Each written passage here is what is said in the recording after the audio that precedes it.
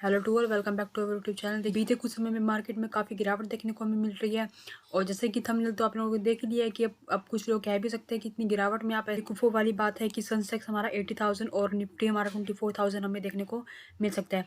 But ये बात मैं नहीं कह रही हूँ, एक रिपोर्ट आती हुई मुझे नजर आई है जो मैं आप लोगों के साथ डिस्कस करने वाली हूँ। ठीक है जी, उस रिपोर्ट को डिस्कस करने से पहले एक बार हम चार्ट देख लेते हैं। जैसे चार्ट आप लोगों के सामने है, सेंसेक्स 30 आप लोगों के सामने लगा हुआ है। जो इसने अब तक हाई बनाया है वो हाई इसने बनाया 62,245 का। ठीक है जी, और जो टारगेट दिए जा रहे हैं वो टारगेट दिसंबर 2022 के लिए दिए जा रहे हैं और टारगेट दिए जा रहे हैं 80,000 दिए जा रहे हैं। और अगर हम बात करें निफ्टी 50 की, निफ्टी 50 के जो हाई बनाया है निफ्टी 50 ने 18,604 का इसने हाई बनाया है। ठीक है जी, और जो टारगेट दिए जा रहे हैं वो भी टारगेट इसके दिसंबर 2022 के लिए दिए जा रहे हैं और टारगेट दिए जा रहे हैं इसके 24,000 के इसके टारगेट हमें यहाँ पे देखने को मिल सकते हैं। ठीक है जी, अब ये बात कितनी सच है कितनी नहीं है मैं उसके बारे में आपको कुछ भी नहीं कह सकती हूँ। देखिए, एक रिपोर्ट आई है, मैं जैसे आप लोगों के सामने डिस्कस करने वाली हूँ। और रिपोर्ट को डिस्कस करने से पहले एक बार हम देख लेते कि जैसे मॉर्गन स्टैनले ने पहले भी टारगेट दिया था सेंसेक्स 61,000 रुपये का, और ये टारगेट उन्होंने मई में दिया था, मई 2021 में दिया था। और आप देख ही सकते हैं कि सेंसेक्स हमारा अब कहाँ तक पहुँच चुका है। अब आपको इस रिपोर्ट को कितना सही मानना है कितना नहीं मानना है वो तो आप लोग ही डिसाइड करेंगे। मैं जस्ट इस रिपोर्ट को आप लोगों के साथ डिस्कस करने वाली हूँ। जैसे कि आप सब यहाँ पे देख ही सकते हैं, सेंसेक्स में rally up to 80,000 next year in bull case. और ये जो टारगेट दिए गए हैं ये टारगेट मॉर्गन स्टैनली की तरफ से दिए गए हैं। ठीक है जी, और यहाँ पर क्या टारगेट दिए गए हैं कि सेंसेक्स हमें 80,000 देखने को मिल सकता है नेक्स्ट ईयर।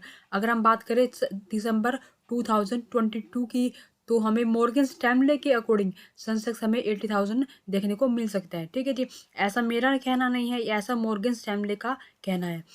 तो देखिए, जब हम बात करते हैं कि सेंसेक्स अगर हमारा 80,000 होता है तो उसके बेस पर हमारा निफ्टी 50 होगा, वो उसका टारगेट क्या निकल कर आता है, हमारा 24,000 हमारा निकल कर आता है। ठीक है जी, तो चलिए पेज को थोड़ा स्क्रॉल करते हैं, पूरे आर्टिकल को पढ़ने की कोशिश करते हैं।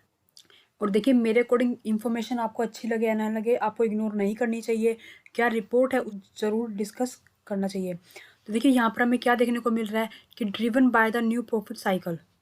इसका क्या मतलब है, जो यानी कि जो इंडियन मार्केट है और उसमें जो लिस्टेड कंपनियां हैं उनका जो प्रॉफिट साइकिल है उसमें हमें अच्छी शुरुआत और नई शुरुआत देखने को मिल सकती है। दूसरी मार्केट है भारत के जो दूसरे बाजार है और उनके कंपेयर करें तो हमारा जो इंडिया की जो मार्केट है वो ज़्यादा आउट परफॉर्म करने वाली है।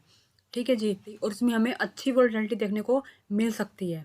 और ये बात किसने बोली है, ये मॉर्गन स्टैनले के जो इक्विटी स्ट्रेटजी है जिनका नाम है रिदम देसाई। ठीक है, इन्होंने ये बातें बोली है। ठीक है जी, तो कुछ और बातें हम डिस्कस करने की कोशिश करते हैं। तो देखिए, काफ़ी अच्छी बातें इन्होंने रिपोर्ट में बोली गई है।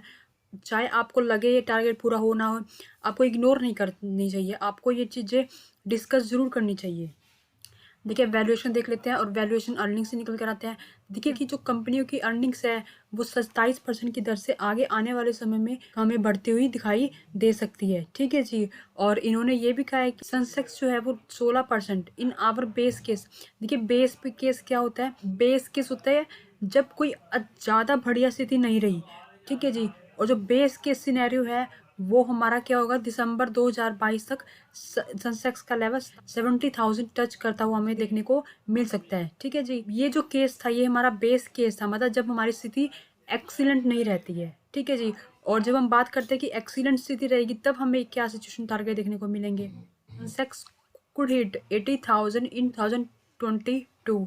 तो मतलब 2022 तक, मतलब दिसंबर 2022 तक जो सेंसेक्स है हमारा वो 80,000 हमारा हिट कर सकता है, मतलब हमें 80,000 के टारगेट देखने को मिल सकता है। और ये केस कब हम बताया जा रहा है, ये बुल केस जब बहुत ज़्यादा अच्छी सिचुएशन हमें देखने को मिलती है। ठीक है जी, और देखिए, जब हम सेंसेक्स की बात करते हैं सेंसेक्स के बेस पर हमें निफ्टी का अनुमान लगाने की कोशिश करते हैं, हमारा निफ्टी उस समय हमारा 24,000 तक हमें देखने को मिल सकता है। और देखिए, ऐसा पॉसिबल होने के लिए कुछ बातों का होना जरूरी है।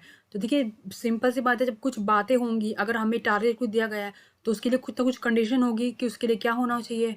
देखिए, उसके लिए क्या कंडीशन दी गई है, जो इंडिया के जो बॉन्ड्स हैं, ठीक है जी, जो गवर्नमेंट की तरफ से जो बॉन्ड इशू किए जाते हैं वो ग्लोबल बॉन्ड इंडाइसेस के अंदर शामिल होने चाहिए। ठीक है जी, जैसे कि आपको पता है कि निफ्टी 50 क्या है, इक्विटी इंडेक्स है। ठीक है जी, ये भारतीय इंडेक्स है। इस तरीके से बॉन्ड्स के इंडेक्स भी होते हैं, कुछ ग्लोबल बॉन्ड इंडेक्स है, तो उनके अंदर जो भारत सरकार की तरफ से बॉन्ड इश्यू किए जाते हैं, वो अभी शामिल नहीं है, ठीक है जी। तो ये कहना चाहते हैं कि जो भारत की सरकार है, अगर वो बॉन्ड्स ग्लोबल बॉन्ड्स इंडेक्स के अंदर शामिल किए जाते हैं, तो उससे भारत में क्या होगा, $20 मिलियन का इन्फ्लो होगा। और इन्होंने ये भी कहा है कि अगर कोविड की कोई थर्ड वेव नहीं आती है और कोई लॉकडाउन नहीं लगता है, ऐसा एज्यूम किया गया है कि जी, तो जो डॉलर के प्राइसेस हैं और साथ में जो क्रूड के प्राइसेस हैं, वो अगर रेंज बाउंड रहे या स्थिर रहें, ठीक है जी। ये कुछ कंडीशन बताई है जिनका होना पॉसिबल हो सकता है, काफ़ी ज़्यादा मुश्किल नहीं है।